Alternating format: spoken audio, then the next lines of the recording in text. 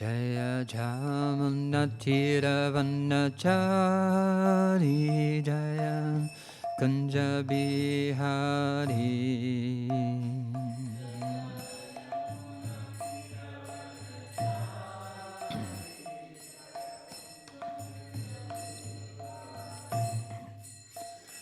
Jaya Jamunatira Brahmachari Jaya Kunja Bihari.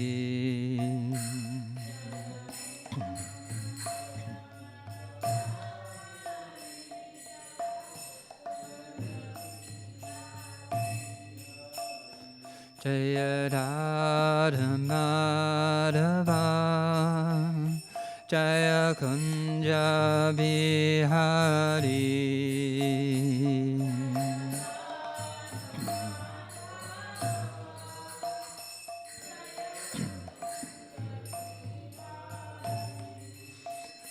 Jaya Radha Madhava Jaya Kunja Bihari.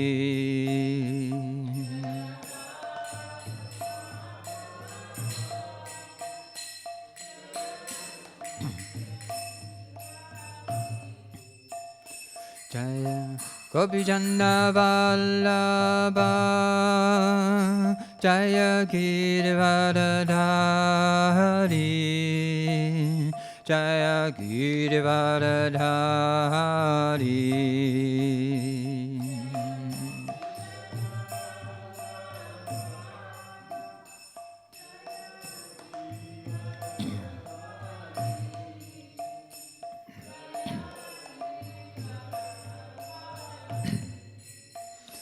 Jaya Yasodanandana Jaya Brajanaranjana Jaya Brajanaranjana.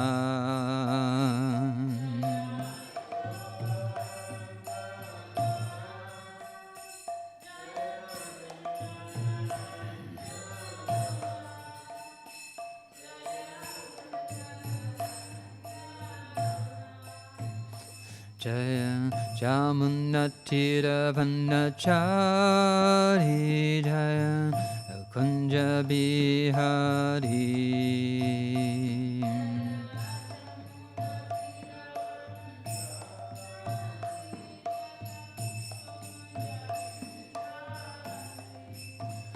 Jaya Jamunatira Brahmachari Jaya Kunja Bihari.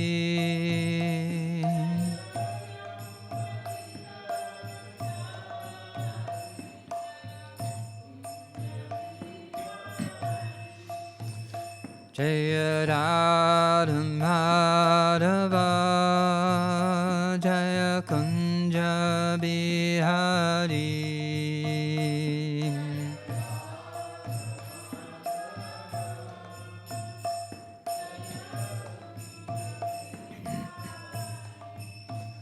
Jaya Radha Madhava Jaya Kunja Bihari.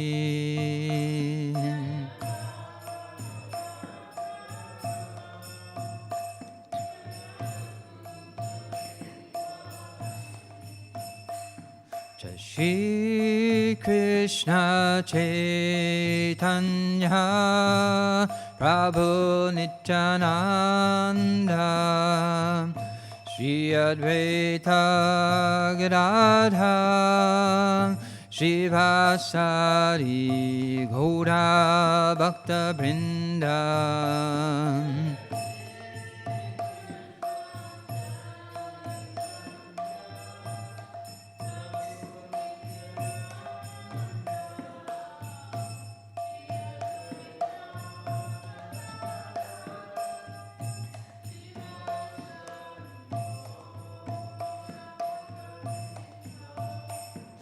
Shri Krishna Chaitanya Prabhu Nityananda Shri Advaita Gadadhar Shivasari Gaura Bhakta Vrinda.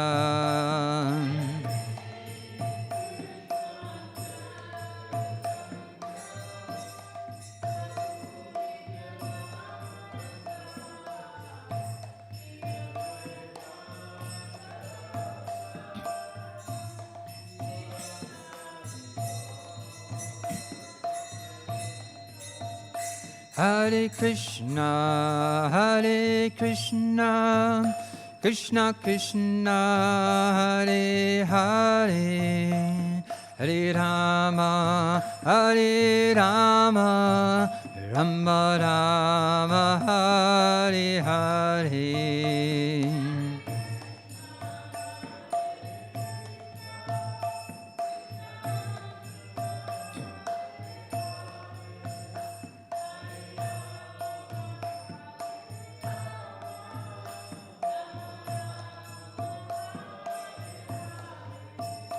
Hare Krishna, Krishna Krishna, Hare Hare, Hare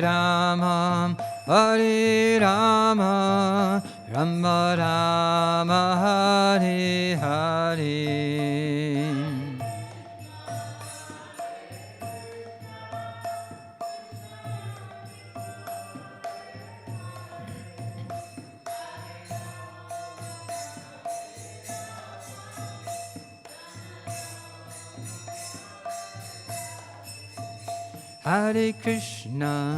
Hare Krishna, Krishna Krishna, Hare Hare, Hare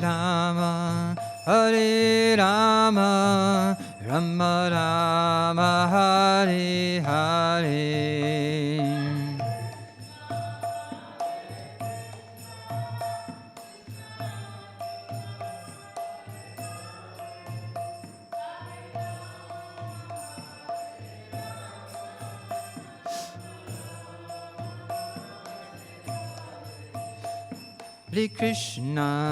Hare Krishna, Krishna Krishna, Hare Hare, Hare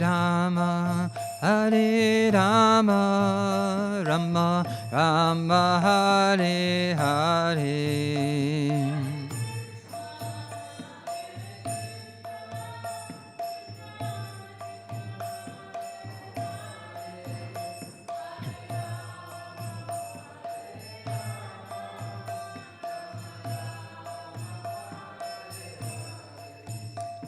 Hare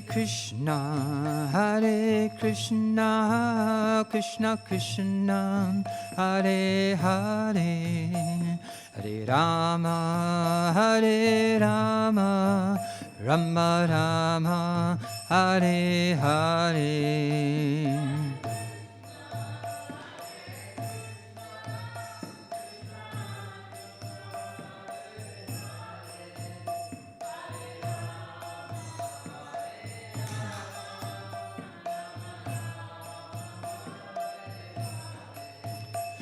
Hare Krishna, Krishna Krishna, Hare Hare, Hare Rama, Rama Rama, Hare Hare.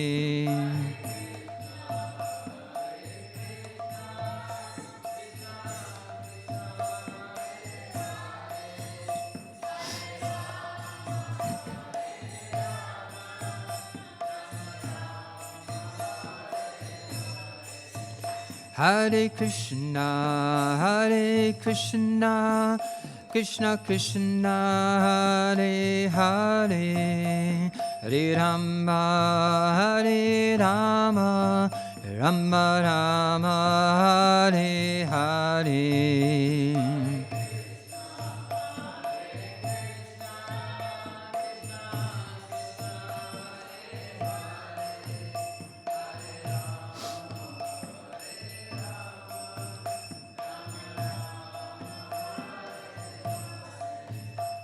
Hare Krishna, Krishna Krishna, Hare Hare, Hare Rama, Hare Rama, Rama Rama, Hare Hare.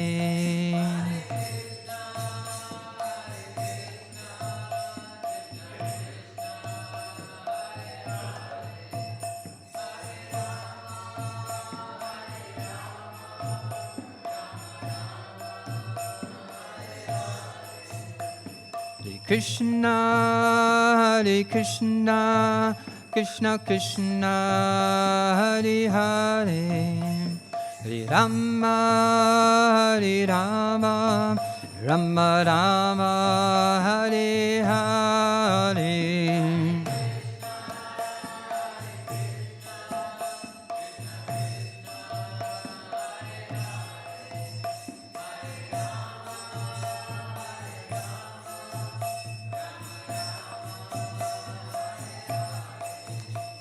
Hare Krishna, Hare Krishna, Krishna Krishna, Hare Hare, Hare Rama, Hare Rama, Rama Rama, Hare Hare.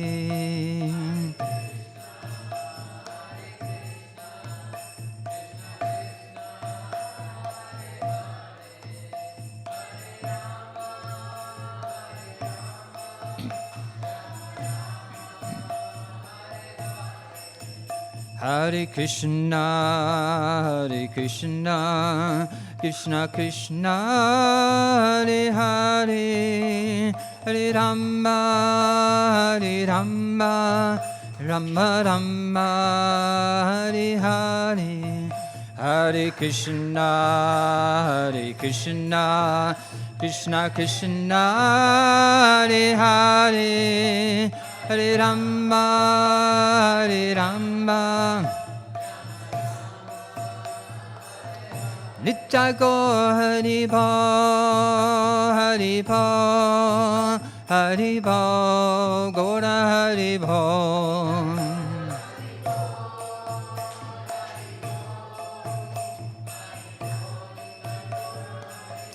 Jaya Jaya Prabhupada, Prabhupada, Prabhupada, Jaya Prabhupada.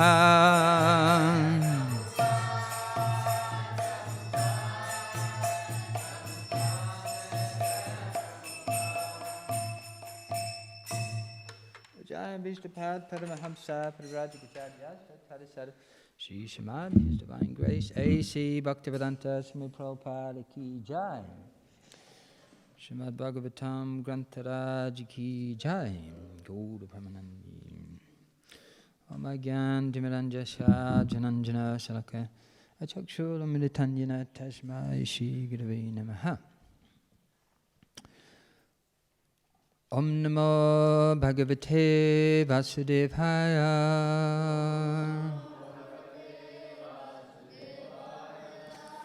Om Namo Bhagavate Vasudevaya.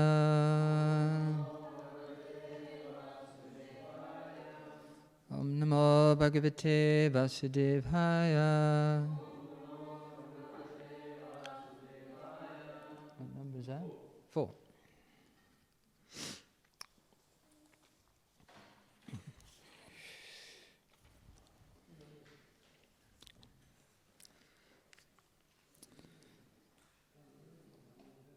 Pavaka pavamanascha Suchi it yagnaya pura Vishista sapad utpanaha Punna yoga gitim gita Pavaka pavamanascha Suchir it yagnaya pura Vishishta sapad utpanaha Punna yoga gatim gita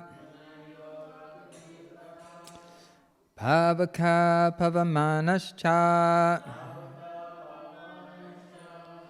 Suchi Ityagnaya Pura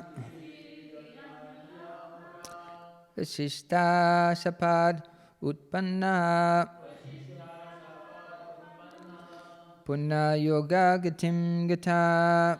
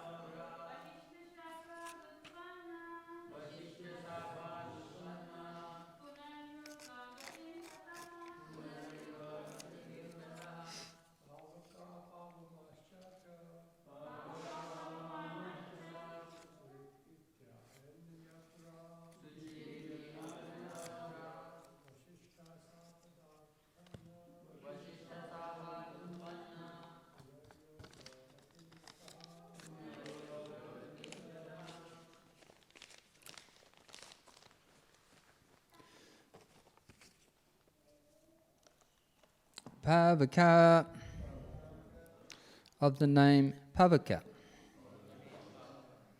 Pavamanaha of the name Pavamana. Cha also. Shuchi of the name Suchi. Iti thus. Agnaya the fire gods. Pura formerly. Vishishta the great sage Vasista. Shapat by being cursed. Utpana now born as such. Punaha again. Yogagatim the destination of mystic yoga practice. Gataha attained. The three sons of Maharaj Antadana were named Pavaka, Pavamana and Suchi. Formerly these three personalities were the demigods of fire, but due to the curse of the great sage Vasista, they became the sons of Maharaj Antadana. As such, they were as powerful as the fire gods. And they attained the destination of mystic yoga power, being again situated as the demigods of fire. Purport by His Divine Grace A.C. Bhaktivedanta Swami Prabhupada. In the Bhagavad Gita 6:41-43, it is stated that one who falls down from yoga practice is elevated to the heavenly planets. And after enjoying the material facilities there, he again comes down to the earthly planet and takes birth in a very rich family or a very pious Brahmana family. Thus, it is to be understood that when demigods fall down, they come to earth as sons of very rich and pious families. In such families, the living entity gets an opportunity to execute Krishna consciousness and thereby gain promotion to his desired goal. The sons of Maharaj Antadana had been the demigods in charge of fire, and they regained their former position and by mystic power returned to the heavenly planets.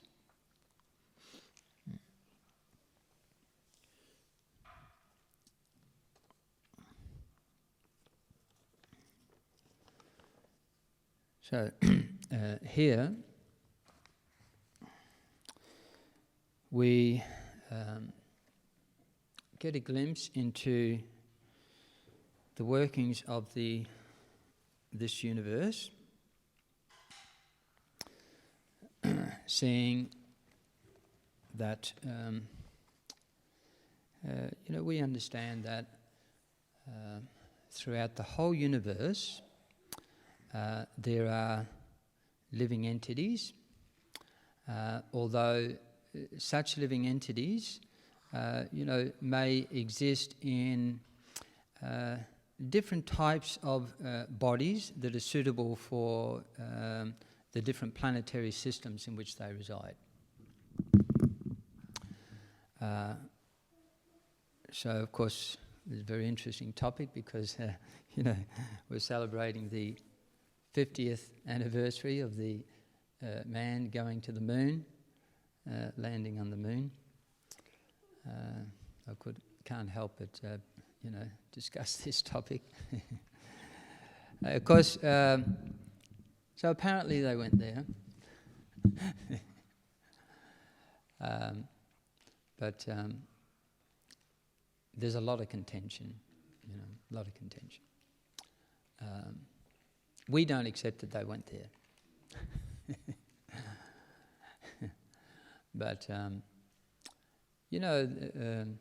perhaps their rocket shot up in that destination somewhere. But whether it was possible for them to, that, what do they call it, the moon landing mobile, they call it, yeah. Whether they actually, detached that and actually got onto the moon and then got that back to the rocket and came back to Earth that's a very contentious issue. But whether they went there or not, Srila Prabhupada states that, if you go somewhere, a great endeavour, because it's a better, it's a desirable destination, but you can't stay there. It's a waste of time. Now, and of course, apparently they've had about 6 missions, and they've all supposedly set foot on the moon. So hypothetically, even if we said that they did that, they spent so many minutes there and then came back. So that's it's now 2019. So that's 50 years. 50 years to do that. Actually, hundreds of thousands of people have dedicated their entire life, and hundreds of billions of dollars have been spent. And whatever scientific progress that has been made, that science, that scientific advancement, the offshoot of that is it has been used for industrialization and improving technology, which is now currently used for sense gratification and for purposes of war. So basically, the end result is that it is being used for eating, sleeping, mating, defending, which is the goal of the animals. So we consider that a useless waste of time, even if they did it. And of course, if there's cheating, which, because actually the real purpose that the Americans wanted to land on the moon was because they thought the Russians were going to do it first. That was the purpose. Eating, sleeping, mating, defending. That's defending. We will defend our number one position of sense gratification. And in this world, as Srila Prabhupada describes, because of envy, and the competition for sense gratification, the capitalists and the communists are always trying to defeat each other. And of course, this is at the very heart of the apparent moon landing. But even if they went there, then the question is, why is it they only saw dust? And of course, it would be surprising to think that, because as Prabhupada said, actually to go to the moon, he quotes the scientific, their statements themselves, that they say that the temperature in the lunar day, which is the fortnight of the bright moon, that temperature is exceeds 100 degrees Celsius. 100 degrees Celsius. So, we know on this planet, when you get up to 50 degrees Celsius, people just start dying. 60 degrees Celsius, practically they don't have anything that can protect you. Which is interesting because the metal, when you see the documentaries, how they made the lunar landing module, the metal was so thin because they had to reduce the weight. They would get, the scientists were getting paid $40,000 for each kilo they could drop off that module by weight. That's why we get to the hundreds of billions. And the metal was practically as thin as silver paper. And that was supposed to protect them, because they're way up, you get away from the earth closer, from that temperature. And in the lunar night, which is a dark fortnight, it gets in excess of 150 degrees minus Celsius. I mean, in the Antarctica, it goes down to 37, 40, maybe 50, 60. It feels like 60, 150. So, Prabhupada always said that the space suits that they have are not suitable bodies for going to the moon. So, to live on the moon, one needs a suitable body. And of course, that to live in the sun, one needs a suitable body. So, we accept Krishna, and Krishna says that he spoke to the sun god, and this is going back 40 million years ago. And so we accept that the sun is inhabited because the sun god is there. We know that he's married. He had children. There's Vaivasvata, who had Ikshvaku, and gradually coming in the Lord Ramchandra dynasty. Anyone who worships Lord Ramchandra will accept that Lord Ramchandra is coming in the dynasty of the sun god. Anyone accepting worshipping Krishna understands that that line of Kshatriyas is coming in the dynasty of the moon god. So of course,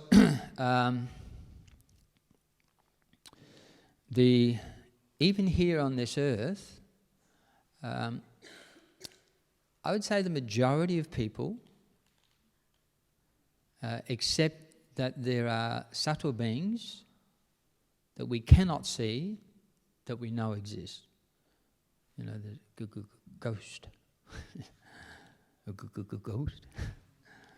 So, you know, most people accept that. And you know, what's that? Yeah. I was going to say, I couldn't help myself. Every time I hear something, I always like to look at things. I love to research. Yeah. Or something like that. Good. So, temperature on the moon daytime is 100 degrees Celsius, and at night 170 degrees below. Yeah, it's in excess of that. Yeah, it's in excess of those. That's right. Yeah, and that's exactly right. Yeah. So you know, to live there, one would need a very different type of body than you know the type of bodies we have, and so even on this planet, there are living entities that live amongst us. Who you know have left their body, this gross physical body, and the subtle body. Of course, the science of the Gita also teaches us we have the gross physical body, and then we have the subtle body, and that subtle body it leaves this body at the time of death, and can in fact it is that subtle body which, by associating with the modes of material nature, will then that subtle body leaves the gross body and goes into the next life, and then according to the modes of material nature the subtle body is acquired, it forms the next gross body. So that subtle body carries one from one life to the next. Sometimes if a person dies you know in great you know terrible circumstances, and very much in the mode of ignorance or under intoxication or madness, or, you know crazy attachment, and especially when the body is not burned but the body remains, they bury the body, then the subtle body or there's suicide, then the subtle body remains in a ghostly form. And most of the people accept that is it. Some people, you know, perceive these ghosts. We know that Srila Prabhupada, at one stage, when he had nowhere to live, and he went to, there was one big old house somewhere, no one would stay there because there was a ghost there. So Prabhupada needed some place to, you know, write his books. So he went and stayed there because he's not scared of ghosts. He was writing his books one evening, and the ghost came to disturb him. And Prabhupada, you know, told the ghost, you know, basically, don't be disturbing. You know, you should move on. So, you know, many people have had, you know, experiences such as this. So, even here on this earth, we exist among other beings that we can't see because they have a more subtle body. So what to speak of other planets where, you know, the temperature is 170 degrees Celsius and, you know, minus 170 degrees Celsius and above 100 degrees Celsius. You know, what to speak of that? One needs a different type of body. So this is the nature of you know, this is the teachings of Gita and the teachings of the Śrīmad Bhāgavatam. So it's very, very difficult for some people to understand, but basically it is rooted in the ABCs. If we look at our body, we know that we have a subtle body. The mind, you know, when they do what do they do that when they cut up a body when they die? They post-mortem, autopsy. You know, they cut it up. Where's the mind? Where's the intelligence? We know it's there, but you cut it up. It's not. You can't see it. You can't see it when the body's living. You can't see it when the body's dead. It's, you know, but we know it's there. It's subtle. It's the actual person is more the subtle body than the gross body. Yeah. In days gone past, they don't do it anymore, but they actually weighed the person on the brink of death, and when the person actually passed away, they were slightly less weight Yeah. than when they were breathing. That's right. That's right. Yeah. Yes. No, that's a fact. That's a medical fact. So, you know, these teachings, we understand these basic principles of Krishna consciousness. They're scientific facts. You know, the scientists have a whole department dealing with the subtle body, the mind, the intelligence, and the ego, and yet they don't like to admit it's there. Yet they have a whole department. They make a lot of money from it, from something that's not there. So these here, so we're discussing here that these sons of Maharaj Antadana, who was the son of Maharaj Prithu, they were demigods of fire. And we also know that material elements are inert. There is no material element that can, actively or consciously do something. All material elements must be controlled by a living entity. So all material elements are controlled by living entities, and the universe has departmental managers working under the supreme departmental head, Vishnu or Krishna, and those departmental managers that manage, you know, the energy department, the water department, like this, they are known as demigods. So his three sons were previously the fire gods. So now they had fallen because they were cursed by Vasishtha. And of course, I'm sure there's a story somewhere in the Puranas about that curse. I'm not sure. It's not necessary to go into those big stories, but it's more important to understand what we can learn from this pastime, how we can apply this, you know, to our own lives. So the point is that they fell. You know, they were considered fallen. They fell down. Demigods fell down. So we can understand that even in the heavenly planets, one must eventually fall down, either temporarily or permanently. One must come down from that position, and once one's karmic piety, by which one attained that position, is used up, then one has to come back down to earth to again build up the pious activities. Piety, or good karma, punya karma, can be attained in three ways. We can get good karma through karma yoga, or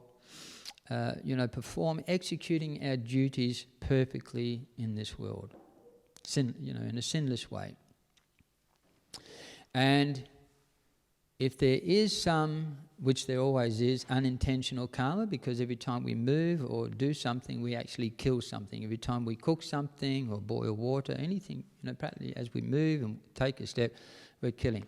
So we're all, therefore, if one performs their prescribed duties, if they're a father looking after the children, as a mother, looking after the children, husband and wife looking after each other, a son and daughter looking after their parents, a citizen, looking after the state and other living entities, etc., etc. Everyone performing their duty according to their natural position, and in order to remove the reactions, karmic reactions, then there is the occasional yajna, or regular yajna, to Vishnu, by which the karmic reactions are burned up.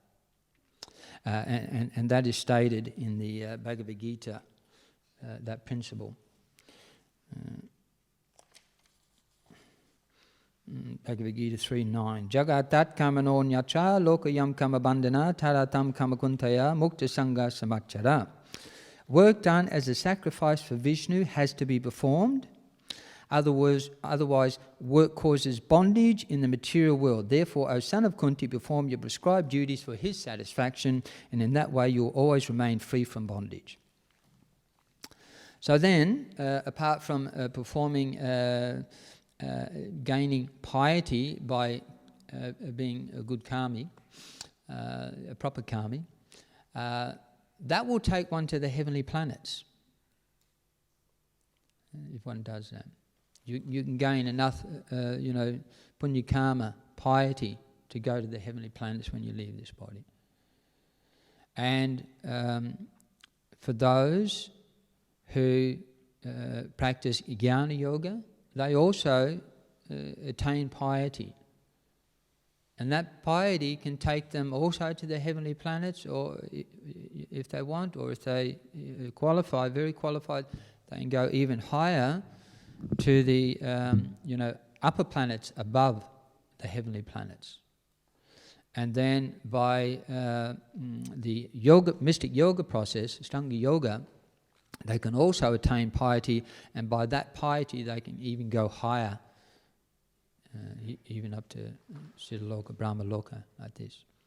Or if they desire to go to the heavenly planets, as these demigods did, these demigods of fire, they wanted to return to the heavenly planets. That's the destination. And by the piety of mystic yoga, which they practice after falling down, they were able to again go back to the heavenly planets. So basically, everyone in this world is performing activities for advancement to a higher destination, either in this life or in the next life. But actually, the goal of life is not to solve that problem, that I'm situated here, that is my problem, I need to go to a higher position. So basically that's like a prisoner, going from C-class prisoner to B-class prisoner to A-class prisoner. They're still within the material world, and therefore the real goal is to get out of the material world, or the real problems, therefore, as stated in Bhagavad Gita and in all the Shastras, is birth, death, old age and disease. That is the problem we have to solve. And therefore Prabhupada is stating that in Bhagavad Gita 6:41-43, it is stated that one who falls down from yoga practice is elevated to the heavenly planets, and after enjoying material facilities there, he again comes down to the earthly planet and takes birth in a very rich or very pious Brahmana family. So yoga practice means karma yoga, jnana yoga, Ashtanga yoga.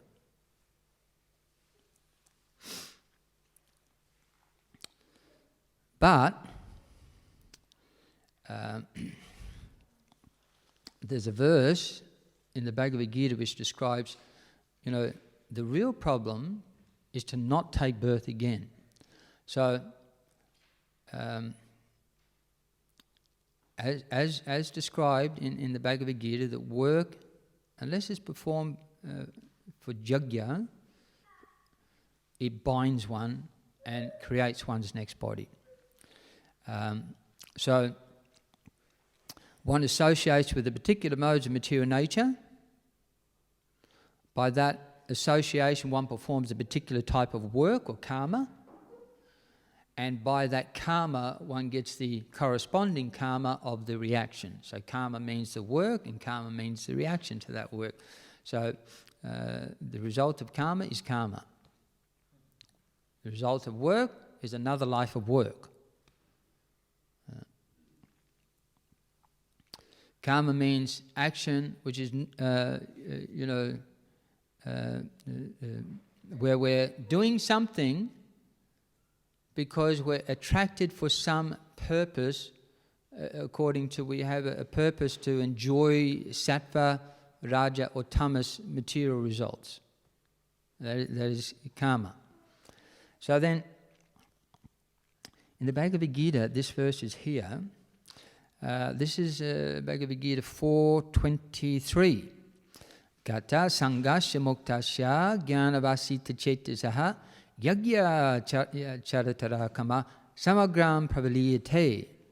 The work of a man, a person, who is unattached to the modes of material nature and who is fully situated in transcendental knowledge merges entirely into transcendence.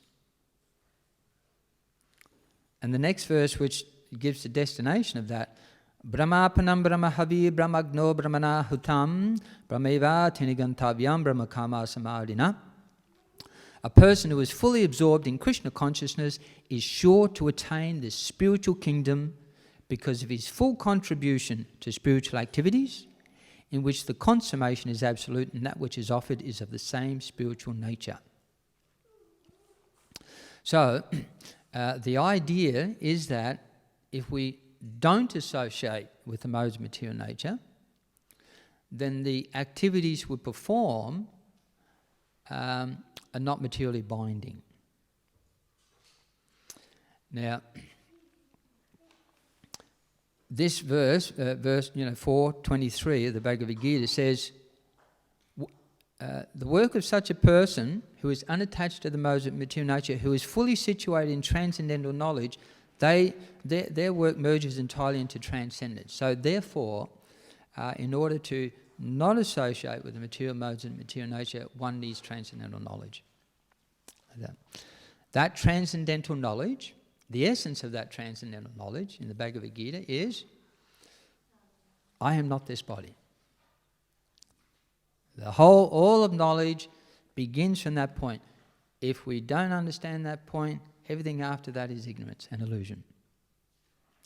As Bhaktivedanta says, that material science makes one even a bigger ass. I think I'm, so for instance, labouring under the bodily concept of life, the scientists waste their entire life, the lives, and they guide hundreds and hundreds of thousands of people to waste their lives, and hundreds of billions of dollars, all wasted for some foolish attempt, which is a failure, to go to the moon, live on the moon, and the result is they die, and then because whatever karmic reaction there is, they have to take birth. So when they did the 1969, and they were going to launch the Apollo 11, protesters came, and they said, we don't want you to do this because we're poverty-stricken and we need money. And we don't think the government should be allowing its citizens to suffer atrocious conditions and extravagantly use billions of dollars. Hundreds of billions. See? Now there's a karmic reaction for the government, the scientists and everyone involved in that extravagant waste of money. While they know, even hearing, the people they're supposed to be, they claim, we're doing this for you. The people that doing their science for are poverty-stricken, and after their science, they're worse off. So there's a karmic reaction for that. So they have to take birth and experience that poverty. For a lot of people. So they become a bigger ass. You're better off to be an ordinary ass. So so we need transcendental knowledge. That transcendental knowledge, I'm not this body. Who am I? I'm part and parcel of the Supreme Whole, the personality of Godhead, who all the scriptures and all the Acharyas agree is Krishna. Narada Muni, Vyasadeva, Ramanujacharya, Madhvacharya, Nimbakacharya, Vishnu Swami, Chaitanya Mahaprabhu, even Sankaracharya, all agree, and all the Shastras compiled by Srila Vyasadeva culminate in the understanding that Krishna is the Supreme Personality of Godhead. And we are part and parcel, or the eternal servant of the personality of Godhead. That is transcendental knowledge. If we act in that knowledge, therefore, again, in the same chapter of Bhagavad Gita 4,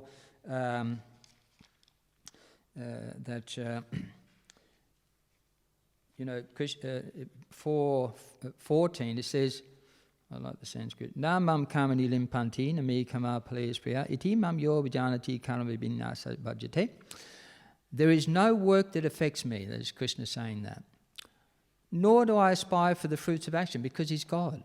What affects God when he nothing. What does he want in the material world? Nothing. What does he want anywhere?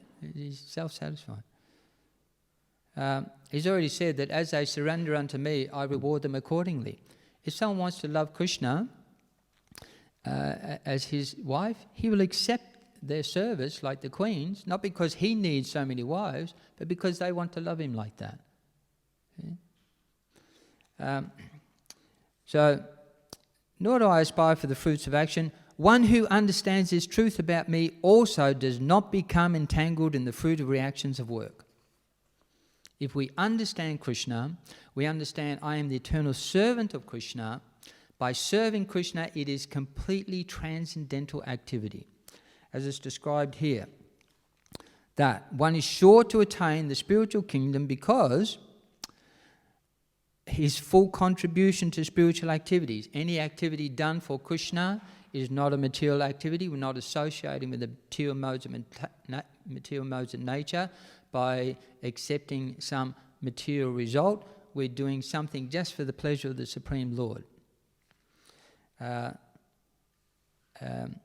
The contribution to spiritual activities in which the consummation is absolute, Krishna says, one, as they surrender unto me, I reward them accordingly. He is accepting everyone's devotional service.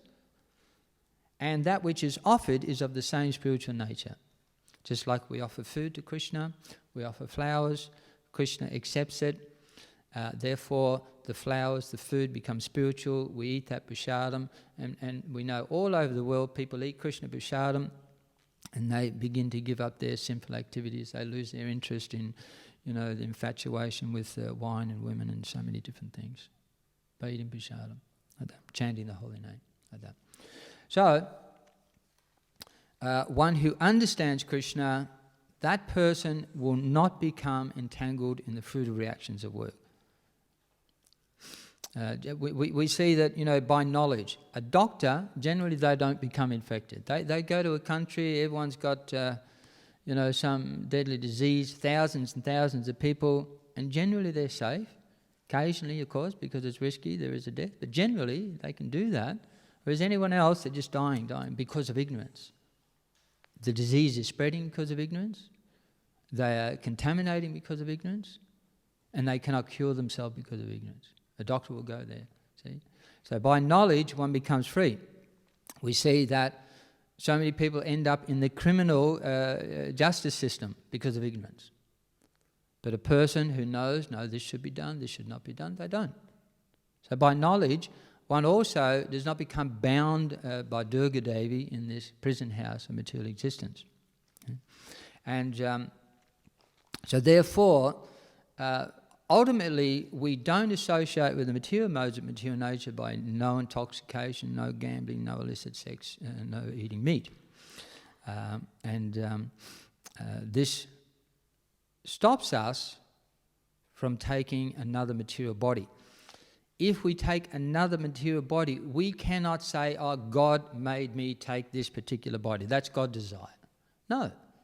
If we don't want to take another material body, then don't associate with the modes of material nature. We cannot say, this is God's, has some, it is His will that I've taken birth in this body. No. It's like someone says, it was God's will that I became ill. No, you contaminated. You keep yourself inoculated, immunized, purified, you won't get ill. Like that. So this and Srila Prabhupada. Now Prabhupada said he was saying, of course, the symptom as it's described here, Jagya Charatara Kama, that basically one whose work is all done for Jagya. Now, in the purport, Srila Prabhupada says that he says, whatever he does for Krishna, who is the primeval Vishnu. Therefore, all his works are technically sacrifices, because sacrifice aims at satisfying the Supreme Lord Vishnu Krishna. See? So actually, generally a pious person performs Jagya at the main events of their life. And they perform that Jagya to purify the material reactions so they can, not have obstacles to going to heaven or, whatever like that. But because there's some material result that they want, either as a karmi, jnani or yogi, they have to stay in the material world. But to curtail the process of birth and death altogether, every action has to be Jagya. And the way that every action can be Jagya is called devotional service. Whatever one eats, whatever one's work. And therefore, Lord Chaitanya says, stay in your position, but just submissively hear about Krishna, and if you do that, you'll become liberated. As Srila Prabhupada, when he was in Bombay in 1974, he was giving a lecture on this topic, and he said, you come to the temple regularly and hear about Krishna, and I guarantee you will be liberated in this life. This is Prabhupada's guarantee. You can take that to the bank, that one. And because, devotional service, and this verse, Bhagavad Gita 14:26, Prabhupada quoted, Mam chayo vyabhicharina bhakti yogina sevate sarganan samati chaicham brahma bhuya kalpate. One who engages in full devotional service, unfailing in all circumstances, at once transcends the modes of material nature and thus comes to the level of Brahman. So Srila Prabhupada said that, devotional service means there are 9 processes: hearing, chanting, remembering, worshipping the lotus feet, performing deity worship, offering prayers, befriending the Lord like Arjuna, what's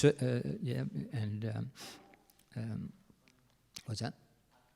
Atmanivedanam. These different processes. He said, if you can do all of them, very good. But if you can just do one, you'll get success. You'll get liberation. If you can just do one. And the main one, and this whole Krishna consciousness movement is designed for that purpose, that anyone can come along and they can take up at least one aspect of Krishna consciousness. And of course, in the beginning, the main one is just to hear about Krishna until you're convinced that I am the eternal servant of Krishna. Krishna is the person of Godhead, and understand that process of how to do everything in connection with Him without changing anything in my life, but still Krishna is there with everything I do. Everything else goes on the same. Nothing like that. Nothing changes. That if one hears that process, that Prabhupada says, in the beginning, there's no rules and regulations are imposed. Anyone can come along if they hear and hear and hear and hear. All, they will attain liberation, and then on the liberated platform, they will happily follow naturally, spontaneously, any rules and regulations that need to be followed. Like that. So this is the purpose of the ISKCON movement, very scientific, and this is a very easy, taking Krishna Prasadam, even if people can come along and just regularly take Prasadam, and hearing, etc., chanting, so many nice activities, they're guaranteed liberation, because gradually, in this one lifetime, through devotional service, they will learn the art that each and every activity that they perform, whether they're sleeping, eating, working, what have you, raising children, is all done in Krishna consciousness. It is perpetual yajna in motion, and that will take one back to Godhead. So I'll just leave it there if anyone has any questions or comments.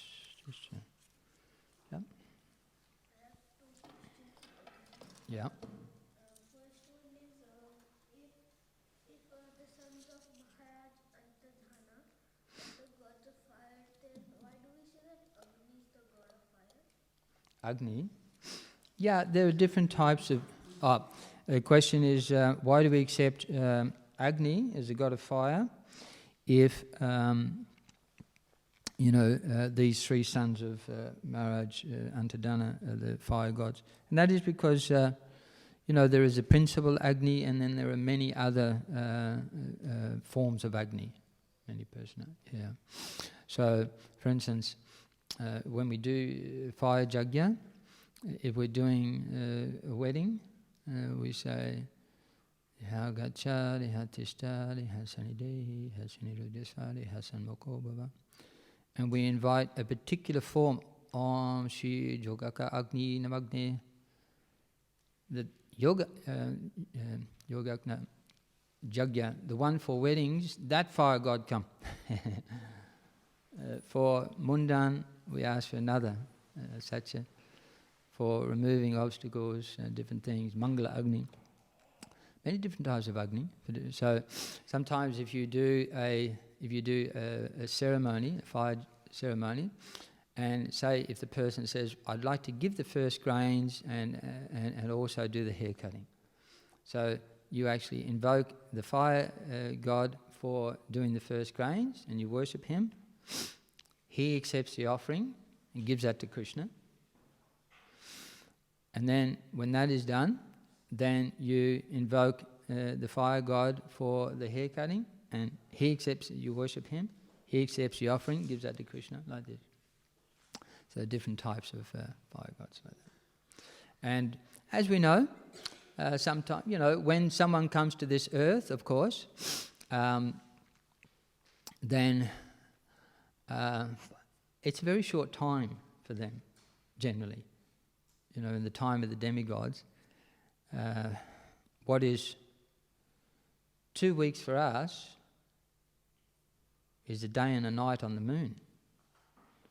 Or if they're in higher heavenly planets, what is 6 months of the sun in the north and 6 months of the sun in the south is a day and the night on higher planetary systems. So that is their 1 day and night is our 1 year. So when they come here, what appears a lifetime, a very short time that they've been away from their post.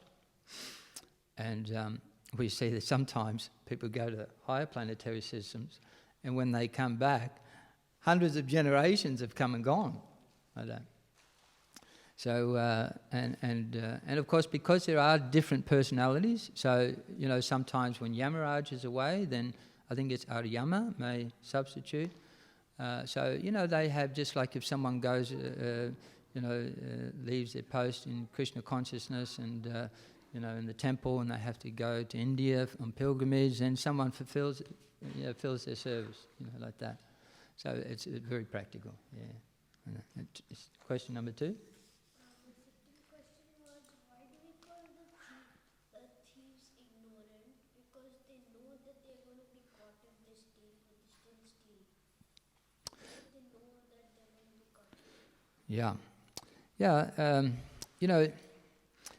We're ignorant if we don't know what to do and what not to do. And when we get knowledge, and it's our duty to get properly educated,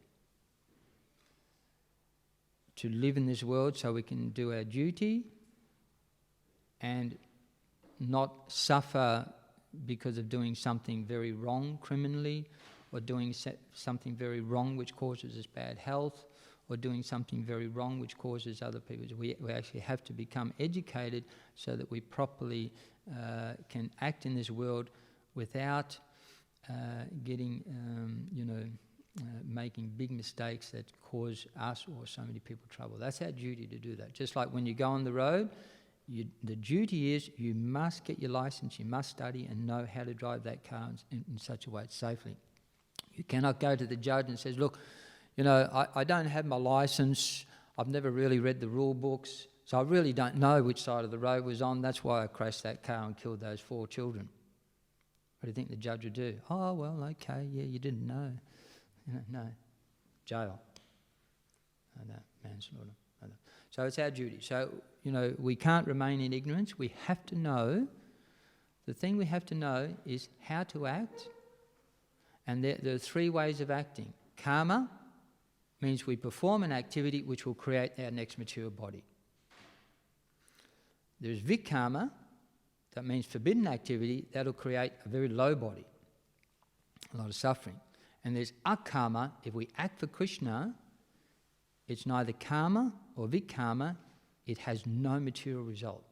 So education means to know how to act for Krishna, that's called akarma, with no material result. That is the end of education, and if we don't know that, we're ignorant. Anyone who doesn't know that the servant of Krishna is an illusion, and they're a fool, and they're no better than the cows and the asses. So the cows and the asses are very ignorant, and anyone who thinks they're the body and doesn't know that the servant of Krishna is no better than a cow and an ass. Okay. Any more questions? You good? Yeah? I had a few questions, but you answered them when you said Chaitanya Mahaprabhu. Good. Don't worry about anything, just hear it. Yeah. Thank you. Second one, but I still have one, that is, so Krishna removes the distresses of both moving and non-moving. So how is not eating meat and only eating plants not allocating karma for us?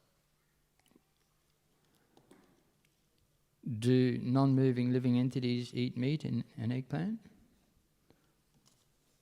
I'm wondering what the connection you talk about. Yeah. I meant that we eat plants because we don't want to eat meat that gives us karma. Yes. Plants are also living. Yes, I did explain that also. I did answer that basically you cannot live in this world without killing something. That's the nature of this world. Therefore we must do yajna. And therefore we must eat prasadam. You cannot even live as a vegetarian, still you get karma, you get a good body, pious body in your next life, but you have to take birth and experience birth, death, old age and disease as a reaction. Yeah. So I did explain that, yeah. All right, we'll leave it there. Thank you very much. Hare Krishna.